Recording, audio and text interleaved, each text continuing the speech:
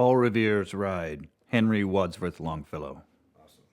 Listen, my children, and you shall hear of the midnight ride of Paul Revere on the 18th of April in 75. Hardly a man is now alive who remembers that famous day and year.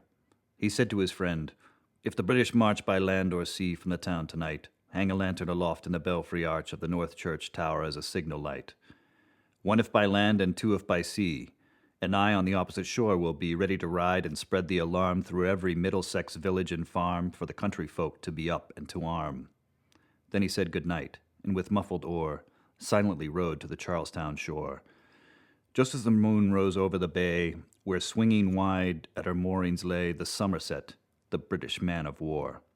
A phantom ship, with each mast and spar across the moon like a prison bar, and a huge black hulk that was magnified by its own reflection in the tide.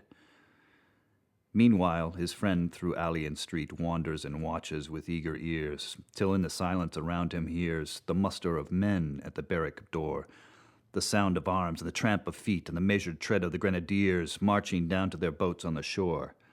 Then he climbed the tower of the Old North Church, by the wooden stairs with stealthy tread to the belfry chamber overhead, and startled the pigeons from their perch on the somber rafters that round him made masses and moving shapes of shade.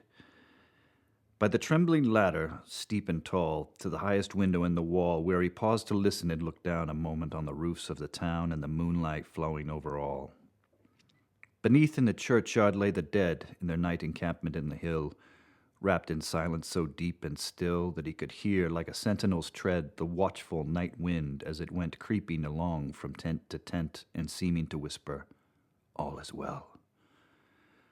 A moment only he feels the spell of the place and the hour and the secret dread of the lonely belfry and the dead, for suddenly all his thoughts are bent on a shadowy something far away, where the river widens to meet the bay, a line of black that bends and floats on the rising tide like a bridge of boats. Meanwhile, impatient to mount and ride, booted and spurred with a heavy stride, on the opposite shore walked Paul Revere. Now he patted his horse's side, now he gazed at the landscape far and near, then impetuous stamped the earth, and turned and tightened his saddle's girth. But mostly he watched with eager search the belfry tower of the Old North Church, as it rose above the graves on the hill, lonely and spectral and somber and still, and lo, as he looks, on the belfry's height a glimmer, and then a gleam of light. He springs to the saddle, the bridle he turns, but lingers and gazes till full on his sight a second lamp in the belfry burns. A hurry of hoofs in a village street, a shape in the moonlight, a bulk in the dark, and beneath from the pebbles in passing a spark, struck out by a steed flying fearless and fleet, that was all. And yet through the gloom and the light, the fate of a nation was riding that night. The spark struck out by that steed in his flight, kindled in the land into flame with its heat. He has left the village and mounted the steep, and beneath him tranquil and broad and deep is the mystic, meeting the ocean tides.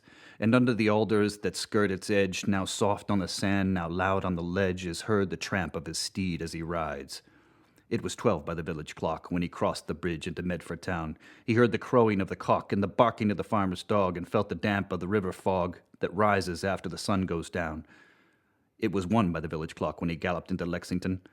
He saw the gilded weathercock swim in the moonlight as he passed, and the meeting-house windows, black and bare, gaze at him with a spectral glare, as if they already stood aghast at the bloody work they would look upon.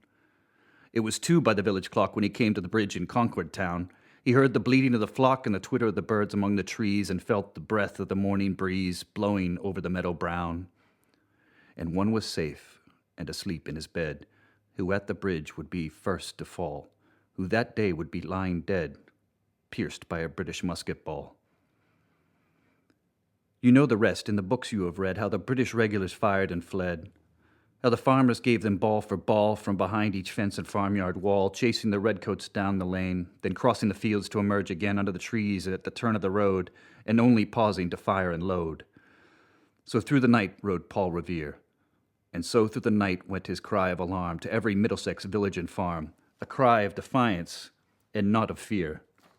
A voice in the darkness, a knock at the door, and a word that shall echo forevermore. For borne on the night wind of the past, through all our history to the last, in the hour of darkness and peril and need, the people will waken and listen to hear the hurrying hoofbeats of that steed and the midnight message of Paul Revere.